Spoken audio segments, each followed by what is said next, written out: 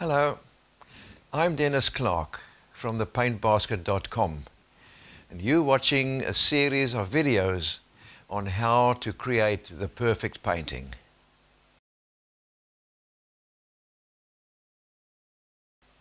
A common fault with many artists is that they either want to or unconsciously add too much detail into their paintings. While some viewers may look at the cluttered painting and say, wow, look how skillfully all that is put together. Others will say, that painting is much too busy for my liking. I'll not have it in my house. The major problem arises when artists are painting from a photograph. The tendency is to put every detail in the painting almost like a forger does when making a copy of another painting. Stroke for stroke, color for color. As mentioned in another section, make small sketches and note-ends. Add or remove items that do not mean anything to the statement you want to make. Take that bush out that hides the main part of the house. Reduce or enlarge the size of the tree in order to make a great composition. Change the direction of the road if it leads the eye out of the picture.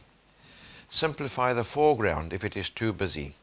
Make it slightly out of focus if necessary, because you don't want it to compete with the focal point. Merge the masses of foliage. Don't try to paint every single leaf you see. Only give the impression of leaves. Don't get bogged down with all the fine detail. Add just a hint of it here and there.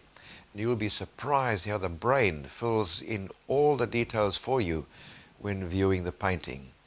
The biggest factor that kills the enthusiasm is the fact that you think that you have to match all the colors exactly as indicated in the photograph. If they don't, then you consider yourself a failure. Nothing is further from the truth. You have to bring out your personality and emotion in a very painterly way onto the sport and make it your own work and not the work of the photographer, even if you happen to be the photographer. Remember, you are producing a painting and not a photograph. And in the end, it is your choice if you want it to look like a photograph and not like a painting.